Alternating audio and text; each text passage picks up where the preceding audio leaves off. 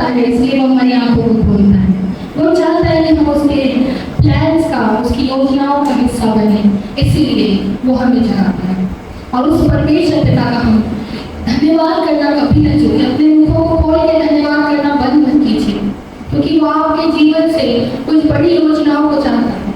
वो सिर्फ ये नहीं चाहता कि आप किसी एक पर्टिकुलर डेट में भवन के अंदर में आए और उसके बाद घर चले जाएं।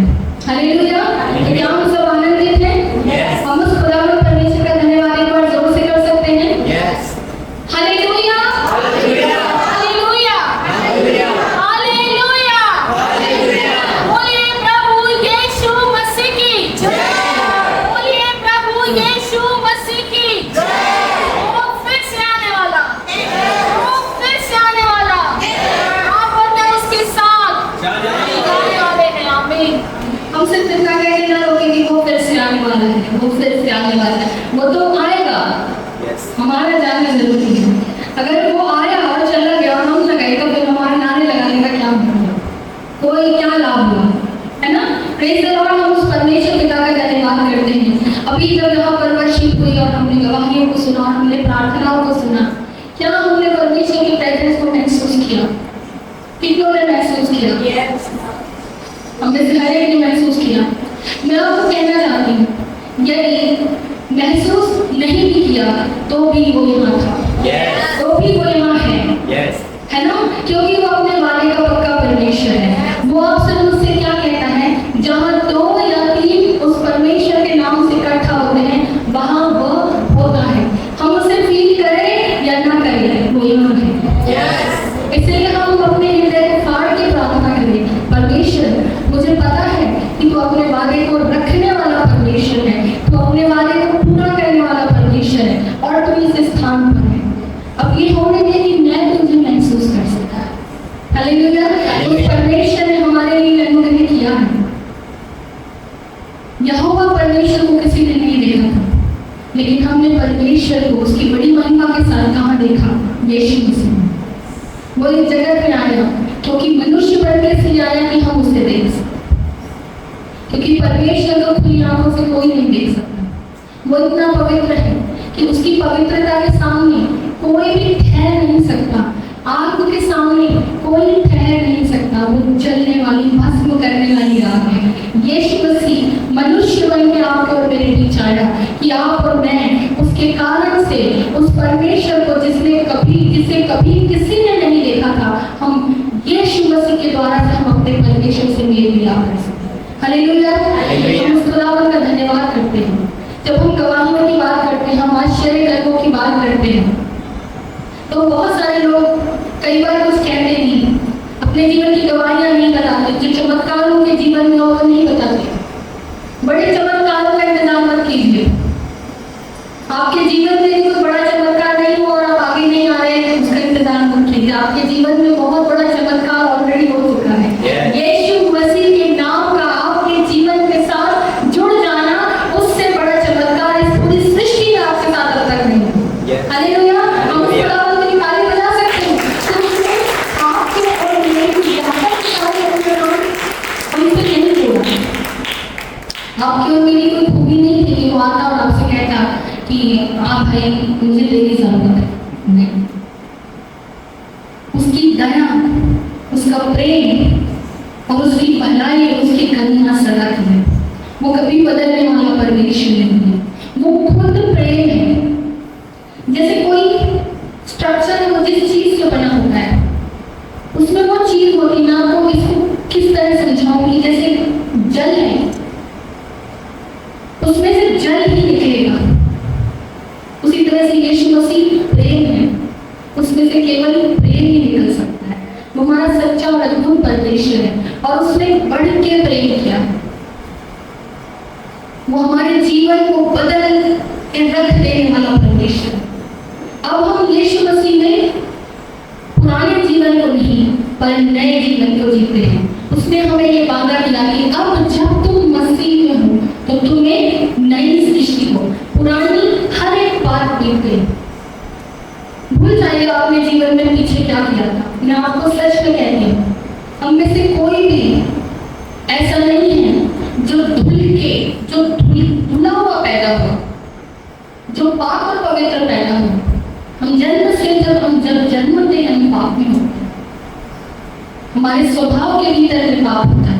लेकिन जिस पल हम यीशु मसीह के लहू का अंगीकार करते हैं, जिस पल हम इस बात को स्वीकार करते हैं कि प्रभु तेरा लहू मेरे लिए बहाया है, यही एक बात है जो मेरे पाप को मुझसे जुदा कर सकती है। यही एक बात है जो मेरा जो लहू है वो सामर्थ्य है, और यही है जो मेरे जीवन को धो सकता है।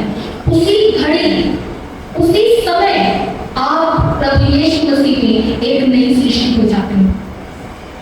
शैतान आपके जीवन में बहुत बार इस बात को डालेगा और आपको बीते जीवन की बात को याद दिलाएगा, वो आपको पैटर्न करेगा, वो आपको सोचने पे मजबूर करेगा कि तू देख तू क्या था, देख तू क्या करती थी अपने जीवन में, तूने कौन से काम किए हैं, और तू अब यहाँ बैठ के अपने आप को धर्मी समझ रही है, तू यहाँ बैठ के अपने आप को धर्मी समझ रहा है।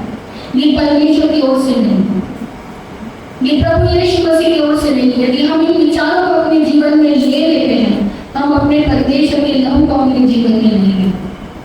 लेकिन यदि हमने यीशु मसीह के लहू को लिया है, तो मैं आपको यहाँ से कहना चाहती हूँ, जो पीछे था उसे भूल जाएंगे, क्योंकि उसे परमेश्वर भूल चुका है, उसे परमेश्वर भूल चुका है। मनुष्य एक दूसरे के अगेंस्ट जब कोई पाप करता है तो हम एक दूसरे को कहते हैं हमने माफ किया, लेकिन समय समय पर हम एक दूसरे के पाप को याद करते हैं और उसको याद दिलाते हैं।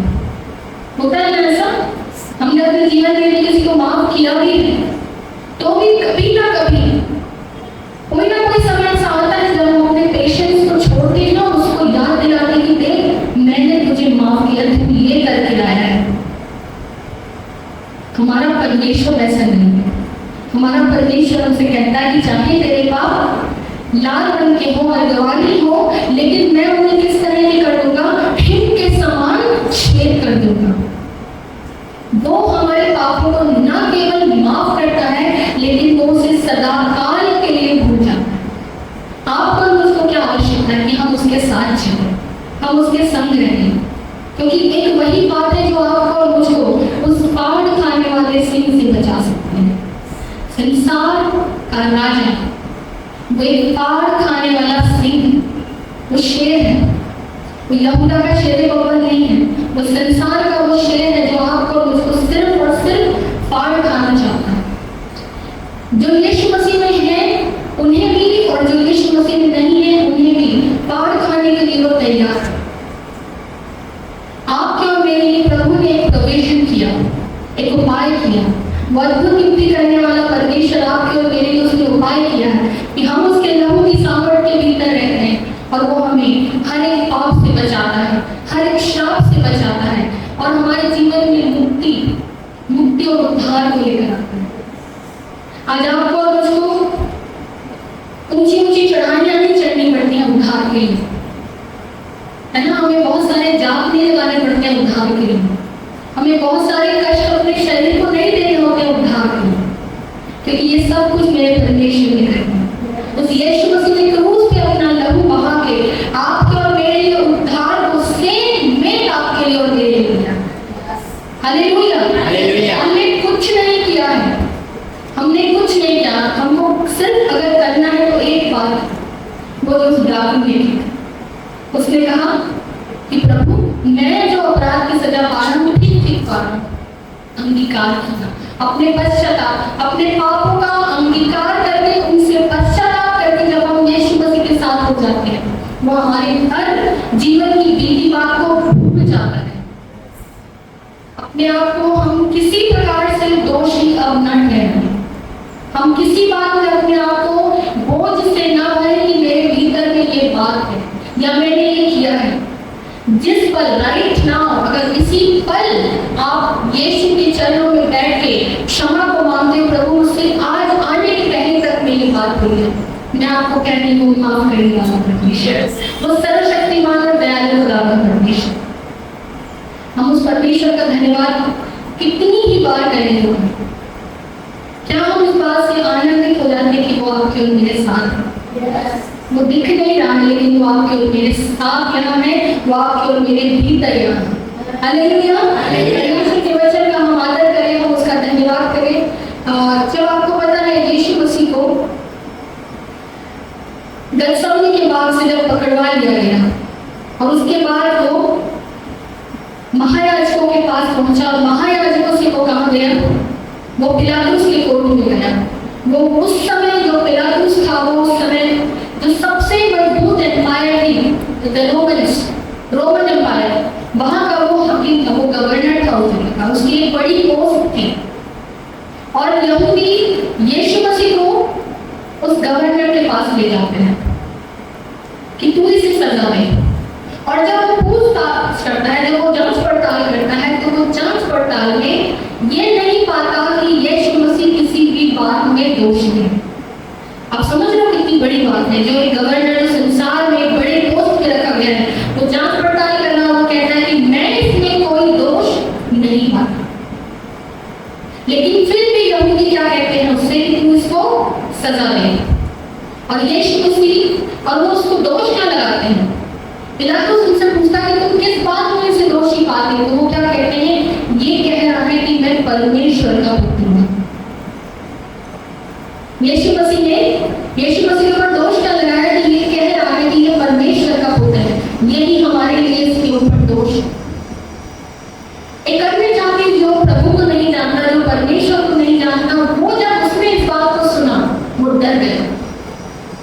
वचन में पढ़ना, वो डर गया और उसने कहा, यीशु से जाके उसने क्या कहा आपको पता है? उसने कहा कि तू जानता है मैं कौन हूं? तू कहाँ का है? वो यीशु से पूछ रहा है तू कहाँ का है? तू जानता है मैं कौन हूँ?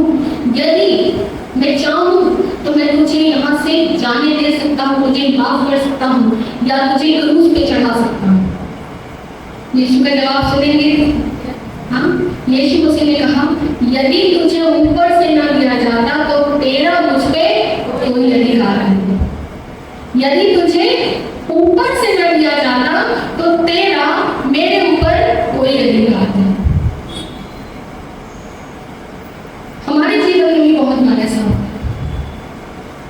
हम अपने जीवन में बहुत सारी बातों में कई बार जब हम स्किल को गेन करते हैं, बहुत सारे एग्जाम्पल्स हैं, कुछ एक एग्जाम्पल के साथ आपको बताना चाहती हूँ कि जब हमारे भीतर में कोई अच्छी बात हमें दिखाई देती है, जब वो पनपती है, जब बढ़ती है, और कहीं ना कहीं हम सोचते हैं कि हम उसके अधिकारी हैं, हम उन चीजों को अपने ऊपर हावी होने देते हैं।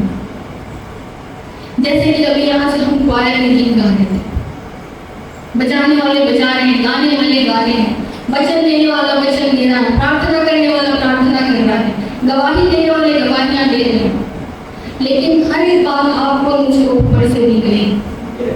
Hallelujah, hallelujah, hallelujah, hallelujah. कुछ भी हमारा अपना नहीं है, अधिकार ऊपर से दिया गया है। हम पिलातुस के समान अपने यीशु से ना कहेंगे हमारे पास ये है, हमारे पास है नहीं, हमें दिया गया है। इंस्टॉलेशन ऊपर से हुआ है, हम उसका इस्तेमाल कर रहे हैं। शैतान ने क्या किया आपको पता है? शैतान के विषय में लिखा है कि वो भोर का चमकने वाला तारा और सारंगियों को बजाने वाला, आराधना करने वाला, आराधना, और उसके मन में ये आया कि मैं परम प्रधान के तुल्य हो जाऊं। आपको पता है ये स्पिरिट है जो आपके और मेरे जीवन में बहुत बार काम करती है। वो हमें ये सोचने के लिए हमें इंसिस्ट करती है कि तू कुछ है, तू कुछ है। मैं अपनी जॉब में अगर किसी हायर पोस्ट पे हूँ, मुझे मजबूर करेगी सोचने के लिए आप कुछ हो। हम एजुकेशन लेने में हम अच्छा स्कोर कर रहे हैं, वो स्टूडेंट्स को डालेंगे उसके मन में तू कुछ है, अन्य लोगों से अलग तुझमें कुछ ज्यादा अच्छी बात है। ये एक स्पिरिट है जो धीरे धीरे धीरे हमें संसार की तरफ लीड करेगी। वो चाहेगी कि हम अपने आप को कुछ समझने लगे और जो परमेश्वर की महिमा है उससे वंचित रहे। यदि हम इस स्पिरिट को, यदि आज मैं ये सोचूं कि मेरे गले में परमेश्वर, मेरी जो आवाज है वो अच्छी है और मैं बहुत अच्छी आराधना कर रही हूँ, और उस बात को मैं अपने ऊपर हावी होने दूं। आज एक बजाने वाला सोचे कि मैं बहुत अच्छा बजा रहा हूँ, एक गाने वाला सोचे कि मैं बहुत अच्छा गा रहा हूँ, लेकिन वो इस बात को भूल जाए कि ये आवाज जो गले के अंदर है वो परमेश्वर की दी हुई है। ये बजाने वाला जो स्किल है वो परमेश्वर ने आपके और मेरे जीवन में इंस्टॉल किया है। एक अच्छी दुआ करने वाला, ये शब्द उसके नहीं, वो पवित्र आत्मा के शब्द है जो उसके भीतर में इंस्टॉल किए गए। जिस दिन हमने सोचना शुरू किया कि मैं कुछ हूँ, उसी दिन परमेश्वर का वचन कहता है, शैतान ने जिस दिन सोचा कि वो परम प्रधान के तुल्य हो जाएगा, परमेश्वर ने उसको गिना दिया। हालेलुया। मैं आज आपसे यहाँ से कहना चाहती हूँ, परमेश्वर इस भवन के द्वारा से, इस स्थान के द्वारा से, इस संगति के द्वारा से आज आपकी और मेरी आंख को खोले कि हम ये समझ पाए कि हम कुछ भी नहीं है, हम सिर्फ तब कुछ है जब यीशु हमारे साथ। हालेलुया। हम सिर्फ तब कुछ है जब यीशु आपके और मेरे साथ। उसी का वचन हमसे सिखाता है कि जब तुम निर्बल होते हो तब मैं तुम्हें बलवंत होता हूँ। हम परमेश्वर से लगातार जुड़ाव को रखें, क्योंकि हम संसार में हैं। हम संसार में रहते हैं और संसार का हाकिम हमारे पीछे आगे हमेशा घूमता है, क्योंकि वो चाहता है कि जहां से तुम छुड़ाए गए हो तुम्हें वापस उस स्थान पर ले दे। परंतु यीशु मसीह का अनुग्रह आपको और मेरे लिए काफी है। हालेलुया। उसका अनुग्रह आपके और मेरे लिए काफी है। उसने हमें बचाया, उसने हमें छुड़ाया। लेकिन आपसे वो कुछ और बात को चाहता है। आपसे चाहता है कि आप परमेश्वर के वचन को बड़े ध्यान से सीखो, बड़े ध्यान से पढ़ो, क्योंकि जब ये स्पिरिट आपके और मेरे जीवन में काम करती है, जब हम अपने आप को समझते हैं, उस समय जो स्पिरिट हमारे जीवन में काम करती है वो आपको और मुझको कभी भी नम्र और दीन नहीं होने देगी। हम हो सकता है बाहरी रूप से नम्र दिखें, लेकिन भीतर से नम्र नहीं रहेंगे यदि हमने अपने आप को समझना शुरू किया। और मैं आपको सच में कहती हूँ, उस दिन जो भयानक बात आपके और मेरे जीवन से होगी वो होगा हमारा भ्रम। हम सोचेंगे कि हम परमेश्वर से जुड़े हैं और परमेश्वर हमारे मन को जानने वाला परमेश्वर है। वो आपको और मुझको खुद से अलग करेगा। जैसे उसने शैतान को गिराया, वो आपसे और मुझसे दूरी बनाएगा। क्या हम उस दूरी को बर्दाश्त कर सकते हैं? कभी नहीं। मैं आपसे कहती हूँ, हर एक चीज का समर्पण करो यदि तुम्हें यीशु मिल रहा है। On the cost of Jesus चीजें मत समेटो। ऐसे कोई काम में मत पड़ो जहां जीसस को सैक्रिफाइस करना पड़े, जहां यीशु मसीह को आपको सैक्रिफाइस करना पड़े। आप अपने जीवन के काम और यीशु मसीह में जब कंपैरिजन करते हो, चूज जीसस। हालेलुया। क्योंकि यदि हमारी आशा इसी जीवन से है, यीशु मसीह में, इसी जीवन से हमसे ज्यादा भागा कोई नहीं। यदि हम सिर्फ यीशु मसीह से इसी जीवन में आशा को कर रहे हैं तो आपसे मेरे से बड़ा भागा कोई नहीं है, क्योंकि उसने हमारे लिए अनंत जीवन को रखा है। उस अनंत जीवन की विरासत में हमको चलना है। हम उस बात का ध्यान रखें। हम स्तिफनुस के समान हम स्वर्ग के सिंहासन की तरफ देखें, क्योंकि मेरा राजा वहां रहता है। हालेलुया। मैं अपने परमेश्वर की ओर अपनी नजर को लगाऊं, मैं उस खुदावंद की ओर देखूं और वहीं से मेरी सामर्थ आती है। जैसे ही हम उधर देखना बंद करते हैं, हमारी सामर्थ आना बंद हो जाती है ना।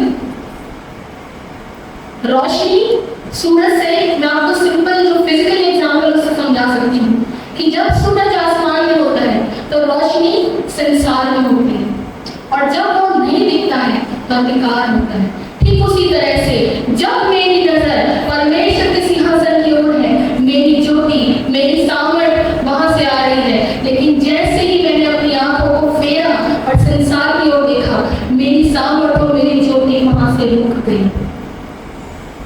मैं अपने ज्योति की तरफ देखूं, मैं अपने परमेश्वर की ओर देखूं, मैं अपने राजाओं के राजा यीशु मसीह की ओर देखूं, जो जीता और सच्चा और सिंहासन पर विराजमान है। हालेलुया। आप मेरे साथ वचन को निकालिए,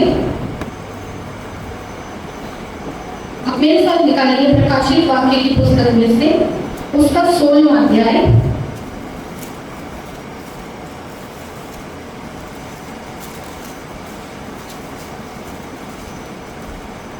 और मैं यहाँ से आपके लिए पढ़ रही हूँ प्रकाशित वाक्य की पुस्तक, उसका 16वां अध्याय और उसका पद 15। Revelation, the book of Revelation 16 verse 15। यहाँ पे ऐसे लिखा है, देख मैं चोर के समान आता हूँ। धन्य वह है जो जागता रहता है और अपने वस्त्रों की चौकसी करता है कि नंगा न फिरे और लोग उसका नंगापन न देखें। हम एक बार इस वचन को फिर से पढ़ेंगे। देख मैं चोर के समान आता हूँ। धन्य वह है जो जागता रहता है और अपने वस्त्र की चौकसी को करता है। Praise the Lord. परमेश्वर का वचन आज हमारी आंखों को खोले और हमसे बात करें। हम अपने लिए दुआ करें, खुदा मुझ पर रहम कर कि अब जो ये मैंने पढ़ा है और अब जो मैं सुनता हूँ, जो मैं सुनती हूँ, उससे बढ़ के तो आज मुझे रेवलेशन में जितना सुन रहे हैं उससे ज्यादा भरपूरी का रेवलेशन तो आज मुझे यहाँ से हुई। इस समय मैं भी अपने लिए दुआ करती हूँ, खुदा मैंने जो पढ़ा उससे बड़ा रेवलेशन मैं यहाँ से लेकर जाऊँ, क्योंकि उसका पवित्र आत्मा आज आपके और मेरे साथ सहायता करने के लिए है। हम परमेश्वर से प्रार्थना करें, खुदा मैंने इस वचन को पहले कई बार पढ़ा है, लेकिन आज जब मैं अपनी नजर को इसकी ओर लगाती हूँ तो परमेश्वर की बोले के जैसे मैंने पहले कभी नहीं पढ़ा, उस तरह तो मुझे सिखा, उस तरह तो मुझे बता। आज जो मैं देखूं वो मैंने पहले कभी नहीं देखा हूँ। आज कुछ नया, कुछ ताजा, एक नया अभिषेक लेकर के मैं यहाँ से अपने घर को लौटी। Praise the Lord. यहाँ पे यीशु मसीह आपसे मुझसे कह रहे हैं कि देख मैं किसके समान आ रहा हूँ, किसके समान में आ रहा हूँ? चोर के समान। चोर कब आता है? ज्यादा करके रात में। चोर जो होते हैं वो ज्यादा करके उस समय आते हैं जब अंधेरा होता है, जब रात होती है, जब लोग सो लेते हैं, है ना। और यहाँ पे लिखा है कि मैं चोर के समान आता हूँ। धन्य कौन है? धन्य वह है जो जागता रहता है। और जाग के क्या कर रहा है? जाग के कुछ काम कर रहा है। खाली जाग के मोबाइल नहीं देख रहा है, रील्स नहीं देख रहा है। अच्छा, कितने लोग अपने डिस्ट्रैक्शन की वस्तु को लाए हैं? इसको उसमें डालो, फ्लाइट मोड में डाल दो। मैं इसको सच में डिस्ट्रैक्शन की वस्तु कहते हैं, क्योंकि ये यदि पकड़ा है, यदि हमने इसको पकड़ा है, इससे बचना मुश्किल है, इसलिए इसको पकड़ो ही नहीं। हालेलुया, है ना। तो यहाँ पे क्या लिखा है कि यीशु मसीह हमसे कह रहे हैं कि मैं चोर के समान आता हूँ। धन्य वह है जो जागता रहता है। और जाग के क्या कर रहा है? वो चौकसी कर रहा है, वो रखवाली कर रहा है। किस बात की? अपने वस्त्र की। अब मेरे साथ एक और वचन को निकालिए, लूका की पुस्तक में से उसका 12वां अध्याय 39 and 40।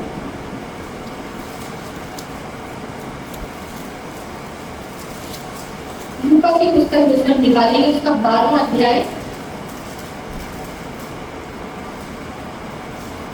और उसका पद नंबर 39 जो मैं आपके लिए यहाँ से पढ़ रही हूँ।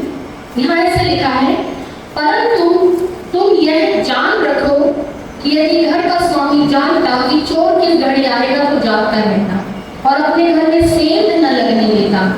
तुम भी तैयार रहो, क्योंकि जिस घड़ी तुम सोचते भी नहीं उसी घड़ी मनुष्य का पुत्र आ जाएगा। वो एक ऐसे समय की बात कर रहा है जिस समय जिसको हम जानते ही नहीं, वो समय हमारे सोच से बाहर है। और उसी समय वो कहता है कि मैं चोर के समान आऊंगा। धन्य वह है जो जागता रहता है। और जागते हुए वो क्या कर रहा है? अपने वस्त्रों की चौकसी कर रहा है। मैं चाहती हूँ आप इसी वचन को मत्ती की पुस्तक में से देखिए, उसका 24वां अध्याय।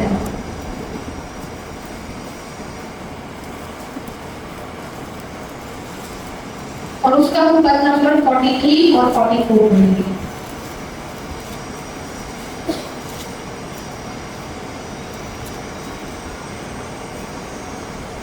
यहाँ पे ऐसे लिखा है, परंतु यह जान लो कि यदि घर का स्वामी जानता होता कि चोर किस पहर आएगा तो जागता रहता और अपने घर में सेंध लगने न देता।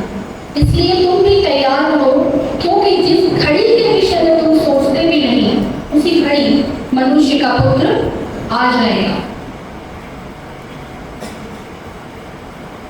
एक ऐसे पहर की बात हो रही है, एक ऐसे समय की बात हो रही है। परमेश्वर का वचन कहना है कि जागते रहो, क्योंकि मनुष्य का पुत्र आने वाला है। क्योंकि यीशु मसीह कह रहा है चोर के वाला।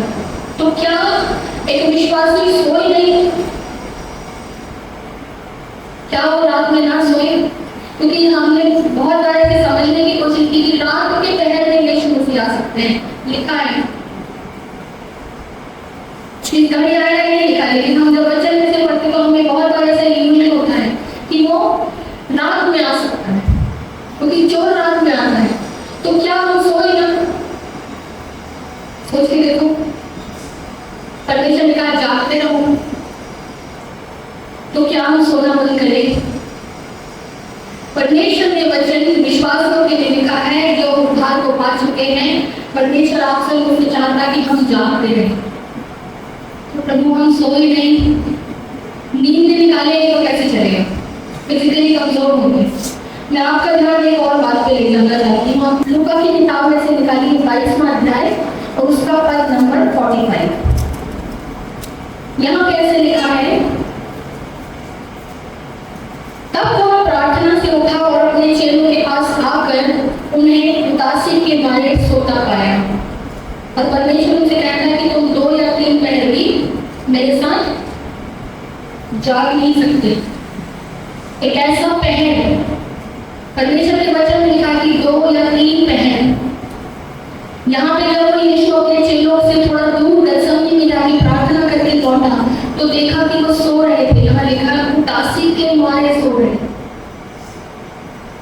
एक ऐसे पहर की बात हो रही है जो सांसारिक पहर नहीं है। ये नाइट के टाइम को डिनोट नहीं करना है, ये रात्रि के समय को नहीं बता रहा है, ये उस टाइम को बता रहा है जो कि हमारे इमोशंस हो सकते हैं, ये हमारे इमोशंस हो सकते हैं। यहाँ लिखा है वचन में उदासी के मारे, वो शरीर से थके थे इसलिए सो रहे थे, ऐसा नहीं है, लेकिन वो ये जान गए थे कि यीशु हमें किसी ऐसी बात को बता रहा है जो उनके लिए अप्रिय थी, जो उनके लिए तकलीफ से भरी थी। उस बात से उदास थे और उदासी के मारे वो सो गए। और यीशु ने इसी बात को आपसे और मुझसे कहा कि वो उदासी के मारे उस स्थान पर वो सो रहे। ये कौन से पहर की बात परमेश्वर आपसे मुझसे कह रहा है कि तुम जागते रहो? वो दूसरा और तीसरा पहर जो रात का समय हम सोते हैं, it is not done. But ये क्या पहर है जिसमें आपको और मुझको जागना है?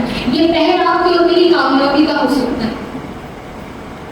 एक ऐसा पहर, एक ऐसा समय जिसमें मैं अपनी कामयाबी की सीढ़ियों को चढ़ रही हूँ और मैंने परमेश्वर में जागना छोड़ दिया। अब मैं अपने जीवन में आगे बढ़ रही हूँ, सीढ़ियां चढ़ रही हूँ, लेकिन मैं सोई हूँ, परमेश्वर में मैं जागृत नहीं हूँ।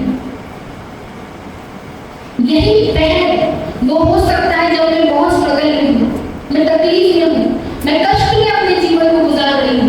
ये मेरे जीवन का एक ऐसा पहर है जो dark side of my life हो रहा है, जिसमें मैं संकट में हूँ, मैं क्लेश में हूँ, मुझ पर बहुत सारे बोझ हैं, कर्जदार मुझसे कर्ज मांगने आ रहे हैं, बैंक से मेरी ईएमआई बाउंस हो रही है, स्कूल की फीस को मैं भर नहीं पा रही हूँ, मेरे बैंक बैलेंस में कुछ भी नहीं है, मैं एक पहर से गुजर रही हूँ। I am walking through that time of struggle. परमेश्वर आपसे उस पहर की बात कर रहा हो, कहता है जागते रहो और अपने वस्त्र की चौकसी करो। कामयाबी के समय में मैं कई बार हो सकता है संसार में जाकर मिल जाऊं। I am celebrating my success. परमेश्वर ने मुझे बहुत ब्लेसिंग दी, उस ब्लेसिंग को लेकर मैंने अपने आप को संसार से मिक्सअप किया और मैंने परमेश्वर में जागना बंद किया। मैं उसके बाद बहुत सारी चीजों में हो जाती। मैं आपको एग्जाम्पल दे रही हूँ, मैं नहीं हूँ। Hallelujah, praise the Lord. और हम इस अनुग्रह को रखें, हम इस विश्वास को रखें, we only walk by faith. हम फेथ से चलते हैं, हम विश्वास से चलते हैं और परमेश्वर ही हमें अनुग्रह देता है। ये उस पहर की बात है जब मैं अपने जीवन में बहुत धन कमा रही हूँ और मैंने अपने सारे समय को धन कमाने में लगा दिया। ऐसा होता है हमारी लाइफ में। मैं कुछ भी अलग बात आपसे नहीं करी, आपने इस चीज को देखा होगा। रिचेस मेरी लाइफ से जुड़ रहे हैं, बहुत सारी चीजें मेरे जीवन से जोड़ी जा रही है। I am so dilated. वो समय, वो पहल एक ऐसा पहल है। आई वॉन्ट टू, आपको मैं इस बात के लिए एक अलार्म तो देना चाहती हूँ कि हम अपने जीवन के सक्सेसफुल टाइम में सो सकते हैं। हम उस समय सो सकते हैं क्योंकि हम कहीं और जागे हुए हैं। हम एक बार में एक ही जगह जगे रह सकते हैं। या तो आप शरीर में जगे हो या आप आत्मा में जगे हो। हालेलुया। यदि आप शरीर में जगे हो तो आप आत्मा में सो चुके हो, क्योंकि शरीर का जो व्यक्ति, जो शारीरिक व्यक्ति, वो शरीर पर मन लगाएगा और जो आत्मिक व्यक्ति है वो आत्मा में मन लगाएगा। अगर मैं संघर्ष में हूँ, परिस्थितियां मुझे तकलीफ पहुंचा रही है, दबा रही है मुझे, मेरे जीवन में उसने क्लेश को भरा, और उस दौरान में मैं अपने परमेश्वर के पास जाऊं या मैं अपने रोने को रोऊं, ये चॉइस मेरी है। आज हर एक परिस्थिति जो हमारे जीवन में आकर हमें तकलीफ से मरना चाहती है, वो परमेश्वर की ओर से नहीं है।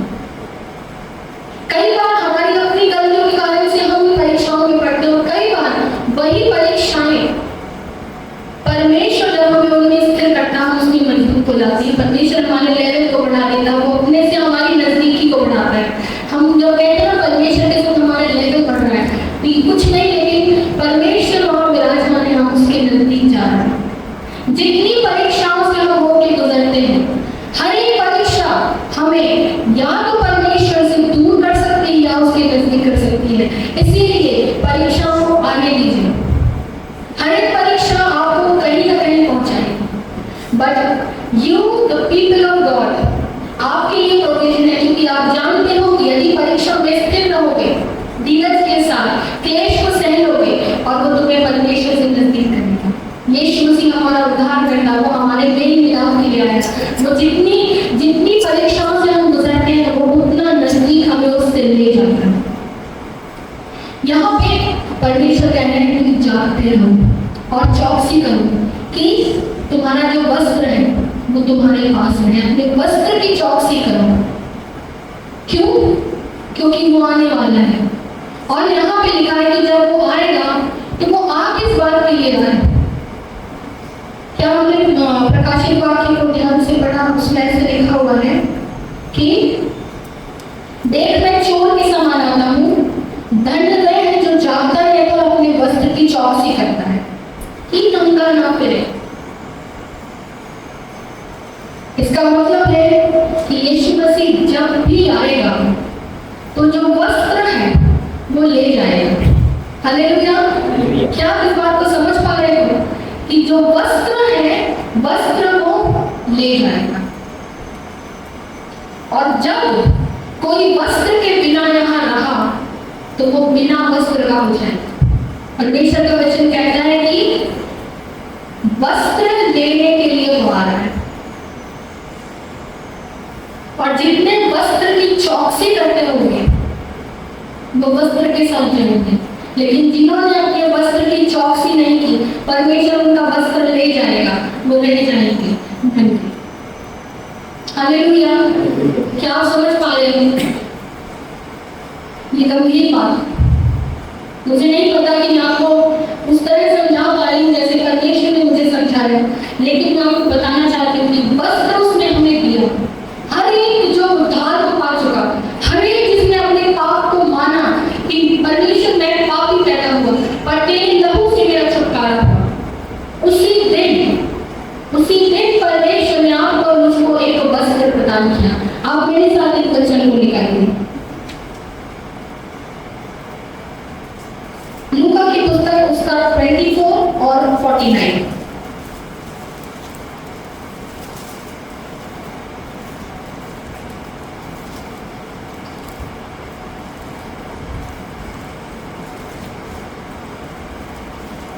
यहाँ पे लिखा हुआ है, लूका की पुस्तक उसका 24वां अध्याय और उसका 49 वर्ष में पढ़ रही हूँ। यहाँ पे लिखा है, और देखो जिसकी प्रतिज्ञा मेरे पिता ने कि मैं उसको तुम पर उतारूंगा, और जब तक स्वर्ग से सामर्थ्य न पाओ तब तक तुम इसी नगर में ठहरे रहो। यहाँ पे परमेश्वर एक बात को कह रहे हैं कि जब मैं पिता के पास जाऊंगा तो मैं ऊपर से तुम्हारे लिए एक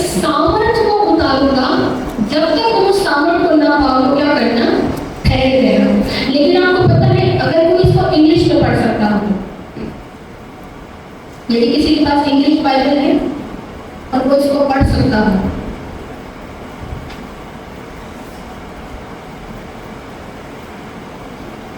यहाँ पे ऐसे लिखा हुआ इंग्लिश में, and behold, I am sending the promise of my Father upon you, but stay in the city until you are clothed with power from the Lord.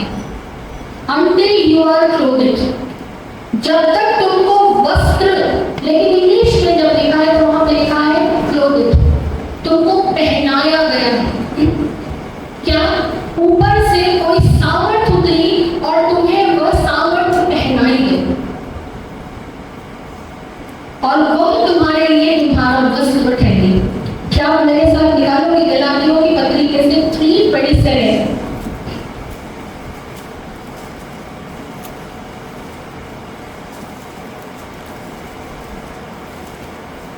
गलातियों की पत्री उसका 3रा अध्याय उसका 27 वर्ष।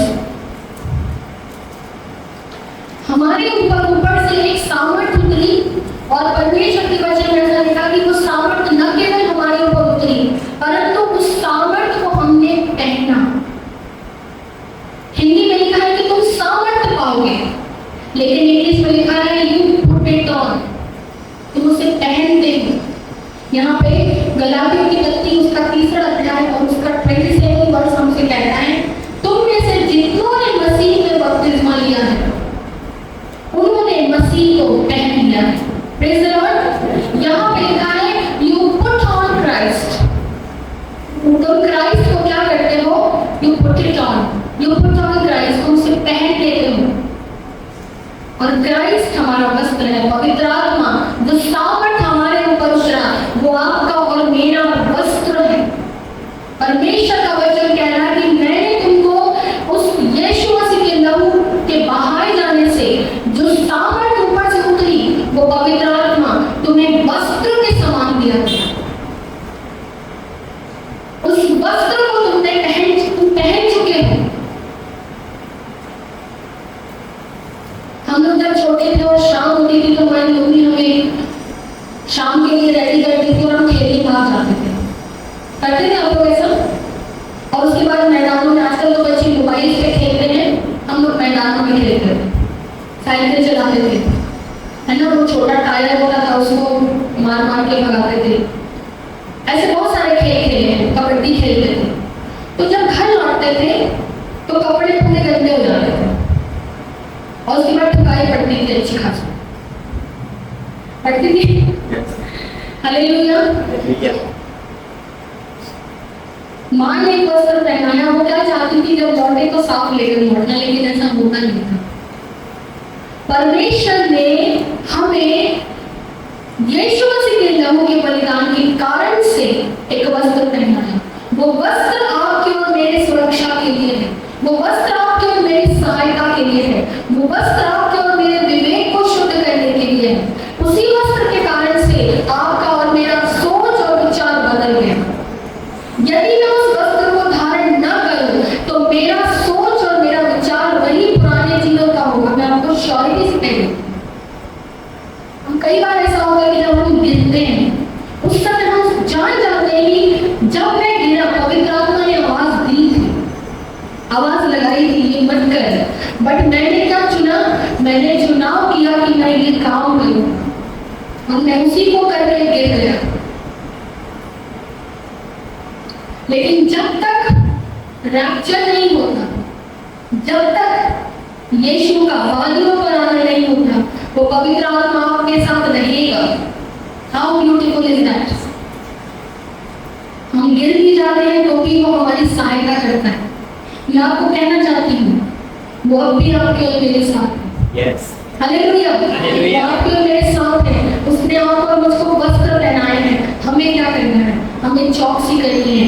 अपने रात के दूसरे पहर में भी, रात के तीसरे पहर में भी, अंधकार के दूसरे पहर में भी, अंधकार के तीसरे पहर में भी, अपनी कामयाबी के समय भी, अपने संघर्ष के समय, अपने दुख के समय में, अपने आनंद के समय में, कोई भी समय ऐसा न रहे जब हम अपने जीवन के कामों के कारण से सो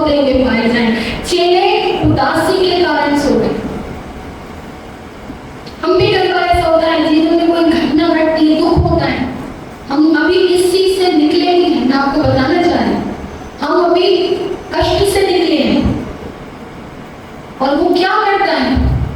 वो संसार का हाकिम जो है ना, वो जब हम कष्ट में होते हैं वो हमें और तकलीफ पड़ जाता है, हमारी मेमोरीज को बार बार रिफ्रेश करेगा, वो हमें उन बातों को दिखाएगा जो हमें तकलीफ में डालती है, और वो हमसे कहेगा कि यहाँ बैठ के रो। परमेश्वर चाहता है जब वचन पढ़ तुझे शांति मिलेगी। मैं सच में कहूँ कि हमने इस चीज को भी एक्सपीरियंस किया, fresh experience of my life. उसका वचन आपको स्थिर करता है। वो सिर्फ यूं ही नहीं कहता कि मैं तुम्हें अपनी शांति दिए जा रहा हूँ, वो शांति जो संसार तुम्हें नहीं दे सकता। किसी के कोई शब्द आपको किसी प्रकार की शांति नहीं दे सकते। आपके भीतर में जो शोक और संताप उत्पन्न होता है, उसके ऊपर अगर किसी ने जय पाई है तो वो केवल और केवल आपका परमेश्वर, मेरा परमेश्वर प्रभु यीशु मसीह है। हालेलुया। जब कष्ट में हो, जब दुख में हो, जब तकलीफ में हो, उसको पुकारो, उससे पूछो परमेश्वर क्या तू मुझे अपने पास आने नहीं देगा? वो आपको गले लगाए, वो आपसे बहुत प्यार है, वो सच्चा परमेश्वर है, वो हमारे जीवन का उद्धार करता परमेश्वर है। वो चाहता है कि हम जागते रहें और अपने वस्त्र की चौकसी करते रहें। जो वस्त्र परमेश्वर ने आपको और मुझको पहनाया है वो महीन और श्वेत और वलपर का वस्त्र है। वो चाहता है उस वस्त्र की चौकसी इसलिए करें ताकि वो जिस भी पहराए वो वस्त्र श्वेत और साफ रहे, क्योंकि उसका वचन कहता है कि वो अपने वस्त्र ले जाएगा, वो अपने वस्त्र ले जाएगा। जब चोर किसी घर में घुसता है और उस घर का मालिक यदि जागता हुआ न रहे तो चोर क्या करता है? जो जो भली भली वस्तुओं से कितनी वो ले जाता है, और जिसका घर है वो क्या करता है? बाद में रोता है, पीटता है और परेशान होता है। आज मैं आपको यहाँ से एक कॉलिंग देना चाहती हूँ कि परमेश्वर ने मेरी और आपकी कोई लियाकत नहीं थी, फिर भी वस्त्र पहनाए। आज संसार में बहुत सारे लोग हैं जिनके पास पवित्र आत्मा का वस्त्र नहीं है। क्या आप में कोई बड़ी अच्छी भली बात थी जो आप यहाँ बिठाए गए हो? नहीं, ये उसका ग्रेस है, ये उसका अनुग्रह है कि आपके पास उसने उस वस्त्र को दिया कि आप उसे धारण करो। लेकिन वो आपसे क्या चाहता है? उस वस्त्र की चौकसी करो, बिकॉज वो बहुत जल्द आने वाला परमेश्वर है, और वो जब आएगा तो वो उन लोगों को ले जाएगा जो अपने वस्त्रों की चौकसी करते हैं। वो अपने वस्त्र को लेने आ रहा है। जितने छोड़े जाएंगे, जिनके जिनके पास उसने वस्त्र दिया वो चौकसी करते हुए नहीं पाए गए, जितनों के पास वस्त्र दिया गया उन्होंने उसको स्पॉइल किया, जितनों के पास वस्त्र दिया गया उन्होंने उसकी वैल्यू नहीं की, वो उनके वस्त्र ले जाएगा और वो निर्वस्त्र होकर इस संसार के भीतर में रहेंगे। मैं आपको सीधे सीधे कहना चाहती हूँ, पवित्र आत्मा उठा लिया जाएगा, पवित्र आत्मा इस पृथ्वी पर से उठा लिया जाएगा। उसके बाद जितनों को पवित्र आत्मा दिया गया था, वो यदि उन्होंने उस पवित्र आत्मा का वैल्यू किया, उन्होंने उसका आदर किया, उसकी आवाज को सुना, उसके हिसाब से अपने जीवन को जिया, घमंड को नहीं, व्यभिचार को नहीं, पाप को नहीं, लेकिन उसने यीशु को आदर किया, वो यीशु मसीह के साथ उठाए जाएंगे। लेकिन जितनों ने पवित्र आत्मा का अनादर किया, हर बार पवित्र आत्मा की आवाज को सुन के उसको नकारा, उन बातों को अपने जीवन में चुना जो तुम्हें पुरानी सृष्टि बनाते हैं, बार बार तुम पुराने बन की तरफ लौटे। पवित्र आत्मा तो उसे कह रहा कि तुम नई सृष्टि हो, यीशु मसीह में तुम हमारी नई सृष्टि हो, और हमने चुना कि हम अपने बीते जीवन की तरफ लौटे, हम बार बार पुराने बन में जिए। उस दिन जब उसका बार दोबारा होगा वो अपना वस्त्र ले जाएगा। Hallelujah, hallelujah. क्या आप इस बात को रिलेट कर पा रहे हैं? और जो छोड़े जाएंगे वो निर्वस्त्र होंगे। जिस दिन आदम और हवा ने अदन की वाटिका में फल खाकर पाप किया, उस दिन महावचन ने लिखा उनकी आंखें खुल गई और उन्होंने क्या देखा कि वो नंगे हैं, क्योंकि जो ग्लोरियस बॉडी था, पाप के कारण से वो ग्लोरियस बॉडी उनका ग्लोरियस नहीं रहा, वो कार्डियल बॉडी में चेंज हो गई, वो शरीर की अवस्था में आ गई। शैतान ने कहा था तुम नहीं मरोगे, लेकिन वो उसी दिन मर गए क्योंकि परमेश्वर से डिस्कनेक्ट हो गए, परमेश्वर से वार्तालाप बंद हो गया। और उन्होंने क्या देखा कि वो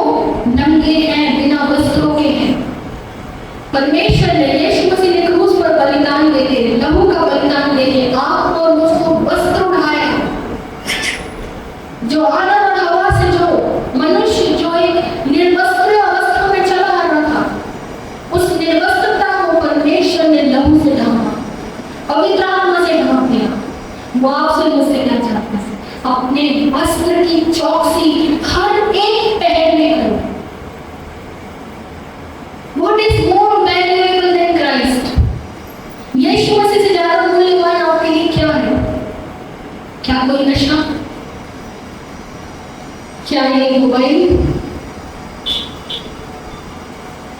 क्या मेरे जीवन की जिम्मेदारियां? मैं आपको बता रही हूँ, बहुत बार लेडीज के लिए खास करके क्या होता है कि हम अपने जीवन में अपने कामों को बहुत ज्यादा वैल्यू करते हैं। अभी बीते दिनों में I am really thankful to God, क्योंकि तो बीते दिनों में एक मीटिंग हुई और हमारे ब्रदर्स जो पास्टर सूरज या रेवानी जी इंदौर आए थे, उनसे मिलना हुआ। उन्होंने एक बात को कहा कि बहुत बार जो हम महिलाएं होती हैं, पुरुष जिम्मेदारियों में फंस जाते हैं। जिम्मेदारी निभाना पाप नहीं है, लेकिन जिम्मेदारियों में फंसे रह करके प्रभु से दूर हो जाना हमारे लिए पाप हो सकता है। हालेलुया। मैं सच में उस दिन मैंने समझा कि हम वाकई में जैसे जैसे हमारा मन करेगा कि चलो प्रार्थना करने चलिए, चलो वचन पढ़ने चलिए, उसी समय ऐसा लगेगा नहीं किचन साफ करते हैं, उसी समय लगेगा कि मुझे वॉशिंग मशीन में कपड़े डालने ना। कुछ बहुत सिंपल और रियल बातें बता रही हूँ जो कि हम लोग सोचते भी नहीं। हमें लगता है तो सिंपल चीजें हो रही, ये संसार की तरफ से है। वो संसार का हाकिम आपको संसार की बातों में फंसाएगा। वो चाहेगा कि तुम अपने घर के कपड़े फोल्ड करो, तुम घर में खाना पकाओ, तुम्हारे धुले हुए बर्तन को तुम रैक में जमा लो और अपने घर को नीट और टाइडी करो और अपने सोफे के ऊपर कवर लगाओ। मैं आपको सच में कह रही हूँ, हम औरतें यही करती रहती हैं। The minute you get free time आप क्या करते हो, सोच के देखो। क्या आप तुरंत भागते हो अपने परमेश्वर की ओर, इस पवित्र वचन की ओर कि मैं इसको उठाऊं, अब मैं अपने परमेश्वर से बात करूं। मेरे लाइफ की प्रायोरिटी ये होना चाहिए। यदि ये मेरी प्रायोरिटी नहीं है, मैं अपने वस्त्र की चौकसी नहीं कर सकती, मेरे पास सामर्थ्य नहीं है उस बात की। वस्त्र की चौकसी करने का पावर आपके पास कहां से आता है? इस पवित्र शास्त्र में से आता है, परमेश्वर के वचन में से आता है। वो आपसे मुझसे चाहता है इससे पहले कि वो यहाँ आए, हम अपने वस्त्र की चौकसी करते हुए आए हैं। वो कहता है धन्य वो है जो जागते हैं, those who are awake, वो धन्य है। Blessed are those जो जाग रहे हैं, और न केवल जाग रहे हैं लेकिन अपने वस्त्र की चौकसी कर रहे हैं। हम आज जाग रहे हैं, हम लोग जाग रहे हैं लेकिन वस्त्र की चौकसी नहीं कर रहे। हम जाग के वस्त्र को खराब कर रहे हैं। क्या मैं सही? बहुत सारे लोग इसी बात में लगे। हम प्रार्थना करें कि आज परमेश्वर जब तेरा वचन हमसे कहता है कि तू बहुत जल्द आने वाला है और तूने मुझसे बात की कि मैं अपने वस्त्र की चौकसी करूं, परमेश्वर मुझे अनुग्रह प्रदान कर, मुझ पर तू रहम कर, दया कर कि मैं अपने वस्त्र की चौकसी करती हुई पाई जाऊं। जब तेरा आना हो तो मेरे वस्त्र श्वेत और धुले हुए पाए जाए, जैसा तुमने मुझे पहनाया वैसे पाए जाए। इस समय आपके लिए आइए अपनी आंखों को बंद कर